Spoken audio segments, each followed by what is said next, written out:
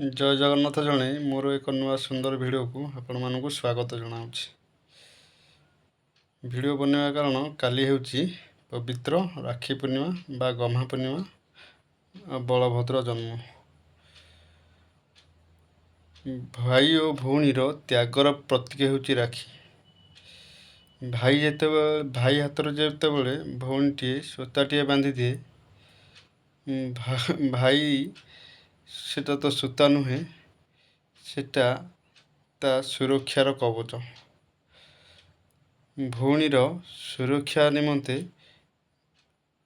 ଭାଇ ହାତରେ ସେ ରାକ୍ଷୀ ବାନ୍ଧେ, ଆଉ ଭାଇ ବି ପ୍ରତିଜ୍ଞାବଦ୍ଧ ଭଉଣୀକି ସୁରକ୍ଷା ଦେବା ପାଇଁ।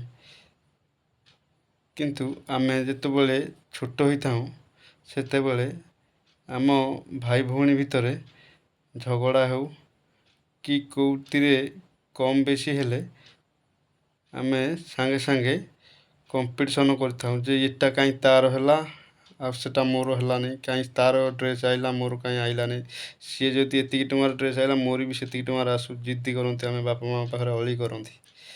ଆଉ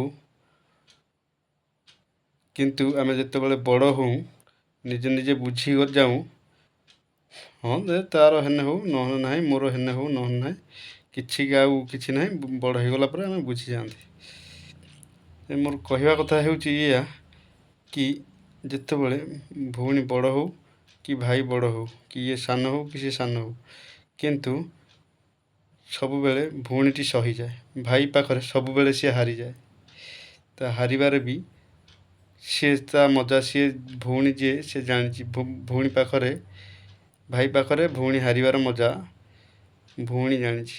ସବୁବେଳେ ଦେଖିବେ ଭଉଣୀ ଭାଇ ଯୁଆଡ଼େ ଯାଇଥାଉ, ଭଉଣୀ ସବୁବେଳେ ଭାଇକି ଅନେଇଥିବ। ସେ ଖାଇବା ପିଇବା ହେଉ କି ଯେକୌଣସି ହେଉ, ଯଦି ବି କିଛି ସମୟ ପାଇଁ ମାନେ ଘଣ୍ଟେ 2 ଘଣ୍ଟା ପାଇଁ ଯଦି ଭାଇଟି କୁଆଡ଼େ ପଳେଇଲା, ସେ ସାଙ୍ଗେ ସାଙ୍ଗେ ଫୋନ୍ କରିବ, ତୁ କୁଆଡ଼େ ଗଲୁ କି, ଘରକୁ ଆସେ, କୁଆଡ଼େ ବୁଲୁଛୁ କି କ'ଣ, ସବୁବେଳେ ତା ଆଖି ନଜରରେ ସିଏ ରଖିଥିବ। ମା' ପରେ ଯଦି ପେଟ କଥା କିଏ ବୁଝୁଥିବ, ତାହେଲେ ସିଏ ହିଁ ଭଉଣୀ ହୋଇଥାଏ।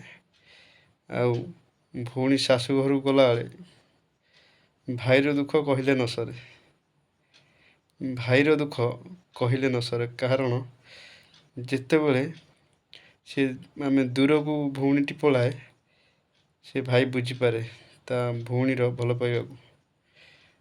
ଭାଇ ଯେତେବେଳେ କୌଣସି ପର୍ବପର୍ବାଣିରେ ଯାଇଥାଏ ଭଉଣୀ ଘରକୁ, ସିଏ ସେତେବେଳେ ନ ଖୁଆଇ, ଜବରଦସ୍ତି କରି ନ ଖୁଆଇ ସେ ଛାଡ଼ିବ ନାହିଁ। ଆଉ ସିଏ ସବୁବେଳେ ଖୋଜୁଥାଏ, ଭାଇର କ'ଣ ଶୁଭ ମନାସି, ସେ ଖୋଜୁଥାଏ ମୋ ଭାଇ ସବୁ ସୁଖ ଦୁଃଖ ଭଲ ମନ୍ଦରେ ଭଉଣୀ ପ୍ରତ୍ୟେକ ଭାଇ ଆଗେ ସର୍ବପ୍ରଥମେ ଭାଇକି ଖୋଜିବ। ଭଲ ହେଲେ ବି ସେ ଆଗେ କଲ୍ ଟିକେ କରିବ କି ଜଣେଇବ, କି ମନ୍ଦ ହେଲେ ବି ଆଗେ ଭାଇକି ଖୋଜିବ। ଆଉ ତା ସୁଖ ଦୁଃଖର ସାଥୀ କହିଲେ ପ୍ରଥମେ ତା ଭାଇ ହୋଇଥାଏ। ଆଉ ତା ସୁରକ୍ଷା କବଚ କହିଲେ ତା ଭାଇ ହୋଇଥାଏ। ମୋ କହିବା କଥା ହେଲା ଏଇଆ କି ଯଦି ଯେତେବେଳେ ଆମେ ତା ଶାଶୁ ଘରକୁ ଯାଇଥାଉ, ସିଏ ତା ଦୁଃଖକୁ ଚାପି ରଖି ସବୁବେଳେ ହସୁଥାଏ।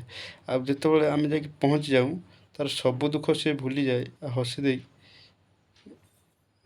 ବହୁତ କିଛି କଥା ପଚାରେ। ଏମିତି ଆଉ ସେ ଯେଉଁ ଅନୁଶାସନ ଭିତରେ ରହିଥାଏ, ଯେତେବେଳେ ସିଏ ବାପ ଘର ହଉ କିମ୍ବା ଭାଇ ଘରକୁ ହଉ ଆସନ୍ତି, ସେତେବେଳେ ଯେ ପିଞ୍ଜରାରୁ ପକ୍ଷୀ ଯେମିତି ବାହାରେ, ସେମିତି ବାହାରି ଆସନ୍ତି। ଆଉ ମନ ଖୋଲିକି କିଛି ଗୋଟେ କାମ କରିପାରନ୍ତି। ଅନୁଶାସନରୁ ବାହାରି ସେ ନିଜେ କରିପାରନ୍ତି। ଭଉଣୀ ତ୍ୟାଗ ଆଗରେ ଭାଇର ମୂଲ୍ୟ, ଭାଇ କିଛି ନୁହେଁ, ଭାଇର ତ୍ୟାଗ କିଛି ନୁହେଁ। କାହିଁକି ଭଉଣୀ ଯଦି କେଉଁଠି କିଏ କହିଦିଏ କ'ଣ ଭାଇ ବିରୁଦ୍ଧରେ, ସେ ସାଙ୍ଗେ ସାଙ୍ଗେ ତା ପ୍ରତି ଉତ୍ତର ଦେଇଥାଏ।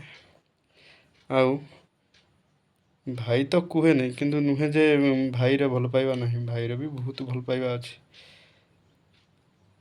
ଏମିତି ହୁଏ ଭାଇ ଭଲ ପାଇବାଟି ତାକୁ ଜଣାଏନି, କିନ୍ତୁ ସେ ସବୁବେଳେ ଭାଇ ରାଗୁଥାଏ ଭଉଣୀକି। ତୁ ଶାଶୁ ଘରୁ ଚାଲିଗଲେ ତୁ ବୁଝିବୁ, ମୋ ଯେତେ ଝଗଡ଼ା ନାଗୁଛୁ, ମୋତେ ଯେ ଏତେ କଥା କହୁଛୁ, ସବୁ କଥା ତୁ ଜାଣିପାରିବୁ ଶାଶୁଘରୁ ଯାଇସାରିଲା ପରେ। ସତକୁ ସତ ଭଉଣୀଟି ଶାଶୁଘରୁ ଯାଇସାରିଲା ପରେ ସେ ବୁଝିପାରେ ଭାଇର ବି ଯେଉଁ କଥାଟି ସେ ନିଜେ ଅଙ୍ଗେ ଲିଭାଏ, ଆଉ ସେ ବୁଝିପାରେ। ପବିତ୍ର ରାକ୍ଷୀ ପୂର୍ଣ୍ଣିମାରେ